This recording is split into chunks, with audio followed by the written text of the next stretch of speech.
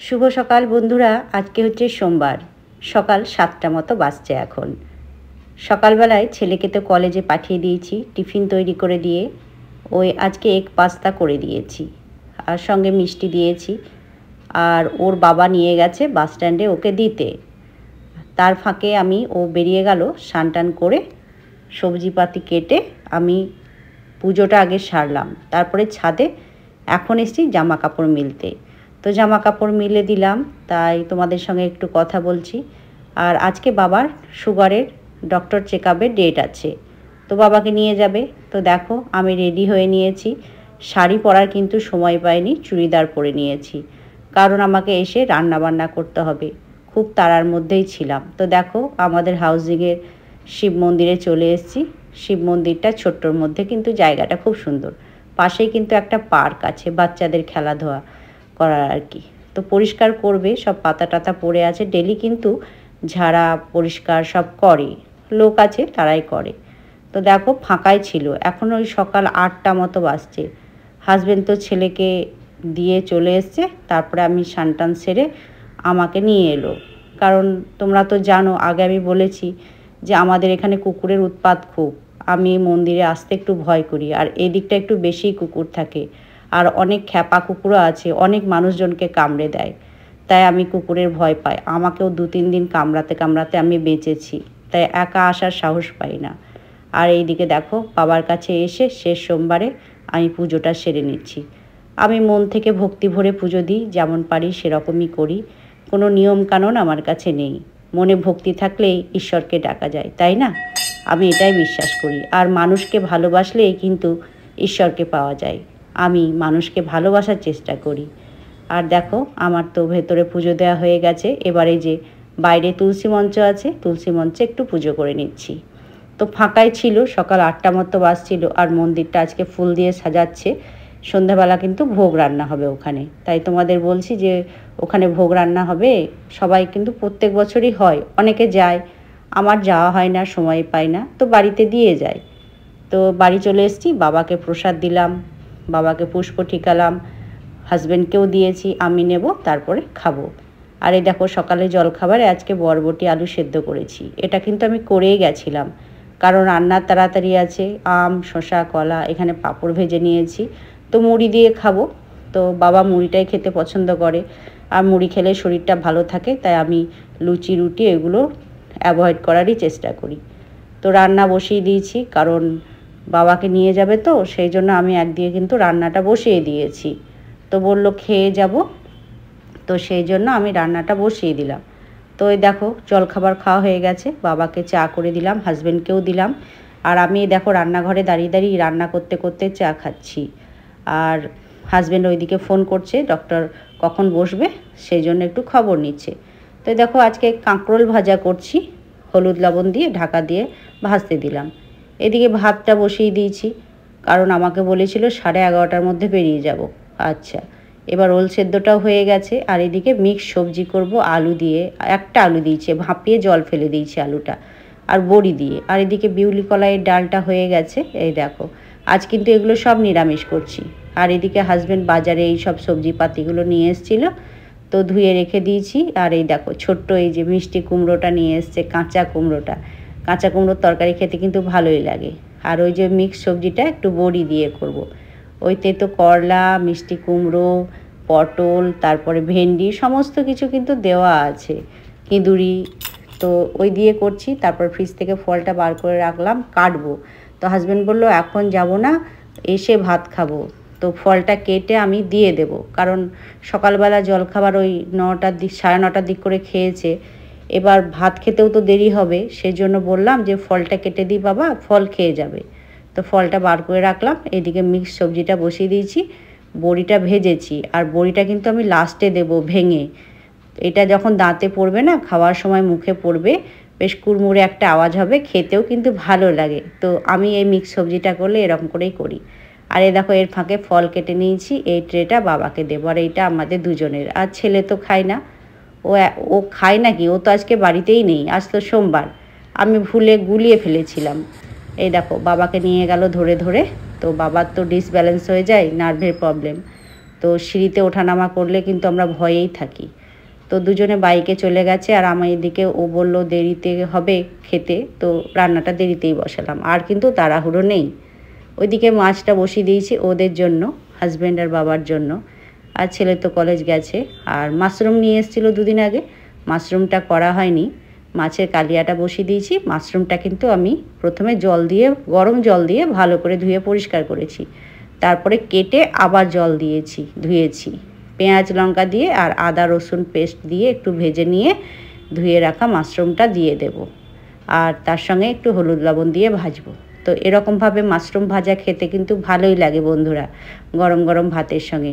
আমি তরকারি করেও দেখেছি, তরকারিতে অতটা টেস্ট লাগে না, এই ভাজা মাশরুমটা যতটা টেস্ট লাগে। রান্না করতে করতে খিদে পেয়ে গেছে, তো কী খাবো। তো এই দেখো পেস্তা ছিল, পেস্তা বার করলাম কোটো থেকে। আর রান্না তো ওইদিকে হচ্ছে, আমি একটু বসে পেস্তা খাচ্ছি। আর ওদেরকে ফোন করেছিলাম, বললে একটু দেরি হবে। তো দেরি যখন হবে তাহলে খেতেও তো দেরি হবে, আর আমি বেশিক্ষণ না খেয়ে থাকতে পারি না। তো ওই 1টা মতো বেজে গেছে এখন। তো বললো তুমি খেয়ে নাও। আমি বললাম না, তোমরা আসো তারপরে খাবো। তাই বসে বসে পেস্তাগুলো খাচ্ছিলাম। তো দেখো আবার রান্নাঘরে চলে যাব। তো এই দেখো মাশরুম ভাজাটা হয়ে গেছে, ঢাকা দিয়ে কিন্তু ভাজছিলাম। ওই মাঝে মধ্যে ঢাকাটা খুলে দিয়ে নেড়ে চেড়ে দিচ্ছিলাম। তো ভাপেই সেদ্ধ হয়ে গেছে। আর মাশরুম সেদ্ধ হতে কিন্তু বেশি সময় লাগে না, ভাজতে ভাজতেই সেদ্ধ হয়ে যায়। এই দেখো হয়ে গেছে। তো রান্নাতেই দেখো ভাত করেছি আজকে। আর এখানে কি আছে চলো তোমাদের দেখায়। এই যে ওল সেদ্ধ, সর্ষে বাটা, কাঁচা লঙ্কা, সর্ষের তেল, লেবুর রস দিয়ে। এগুলো কিন্তু সব নিরামিষ। কাঁকরোল ভাজা আর মিক্স সবজি, এগুলো যেহেতু আমিও খাবো। আর ডালটা একটু আদা ফোড়ন দিয়ে করেছিলাম, আদাকে গ্রেট করে ফোড়ন দিয়ে কিন্তু করেছি বিউলির ডালটা। ওটাও কিন্তু খেতে দারুণ হয়েছিল বিউলির ডালটা। আর এই মিক্স সবজিটাও খেতে কিন্তু দারুণ। তো তোমাদের আমি দেখাচ্ছি, কত সুন্দর কালারও হয়েছে। তো এগুলো সবই নিরামিষ, এগুলো আমি খাবো আলাদাভাবে আর কি, সরিয়ে রেখেছি এক সাইডে। আর ওদের তো মাছ আর মাশরুমটা করে দিয়েছি। এই যে এই দিকে আছে আমড়ার চাটনি, এটাও খাবো কারণ ওটাও নিরামিষ। আর এই দেখো এইদিকে ওদের মাছ আর মাশরুম ভাজাটা রেখেছি। আগে ভাতটা দিয়ে দেবো, তারপরে হাত ধুয়ে এইগুলো নাড়বো আর কি। তো এরকমভাবেই নিরামিষ হলে আমি গ্যাস ট্যাস ধুয়ে মুছে পরিষ্কার। আর সকালে কিন্তু গ্যাসটা ছেলের টিফিন করে দিয়ে ভালো করে ধুয়ে মুছে নিয়েছিলাম, তারপরে রান্না বসিয়েছি। 1:40 বেজে গেছে, এখনও কিন্তু ওরা আসেনি। আমার সমস্ত কিছু পরিষ্কার হয়ে গেছে। এই দেখো 10 মিনিট পরেই এসছে, ওই 2:10 তো বড় ভাইপো দাদুকে বলেছিল দাদু আমার উইকেট নিয়ে আসবে। আগের বার এসে ব্যাট বল সব কিনে নিয়ে গেছে, তো এবার উইকেট কিনে নিয়ে এসছে আর বল কিনে নিয়ে এসছে।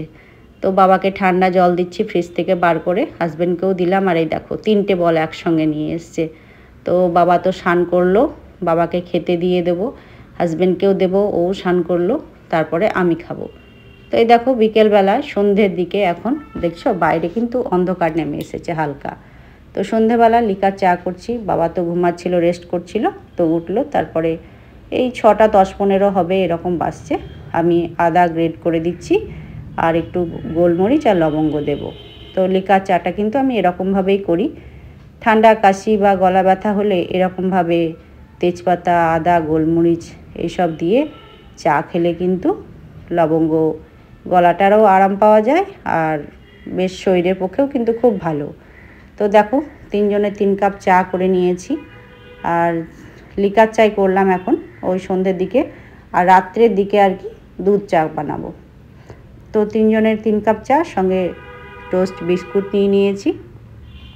আর ছেলে বলল আমি তো এখন খাবো না, পরে আমাকে কফি করে দেবে। তো সেই জন্য আর কি আমাদের 3জনের করে নিয়েছি দেখো। তো নিয়ে গিয়ে একটু রুমে বসে 3জনে বসে খাবো, বাবা, আমি আর হাজব্যান্ড। তো ও আবার খেয়ে বেরিয়ে যাবে সন্ধ্যাবেলাতেই, কারণ বাবার ওষুধ আনা হয়নি, দেরি হয়ে গেছিলো। তো এই দেখো ও আবার এই 6:30টার সময় বেরিয়ে গেল, বাবার ওষুধগুলো সব বাকি আছে আনতে। তো গেল, দরজা লাগিয়ে দিলাম, এবার আমি সন্ধে দেব। তো ওষুধ আনার আছে, অনেক ওষুধ বাবার। তো আবার বাবা তো কিছুদিন পরে আসবে, বাবার ডক্টর আবার মানে চোখের অপারেশন আছে দিশাতে। তো দেখো সন্ধে দিয়ে দিচ্ছি আমি। তো একে একে এরকমভাবেই আমার কিন্তু ডেলি রুটিন। তারপরে জামা কাপড়গুলো ছাদ থেকে নিয়ে এসেছিলাম বিকেলবেলায়, সব লাট করে ফেলে রেখেছিলাম, গোছানোর আর টাইম পাইনি। তো এখন একটু সময় পেলাম, তো জামা কাপড়গুলো সব গুছিয়ে ভাঁজ করে রাখছি। তো এরকমভাবেই কাজ সারছি। তারপর রাত্রেবেলা রান্না আছে। এই দেখো সবজিগুলো তো ধুয়ে রেখেছিলাম, ভরার সময় পাইনি, কারণ খাওয়া দাওয়ার পরে একটু রেস্ট করেছিলাম।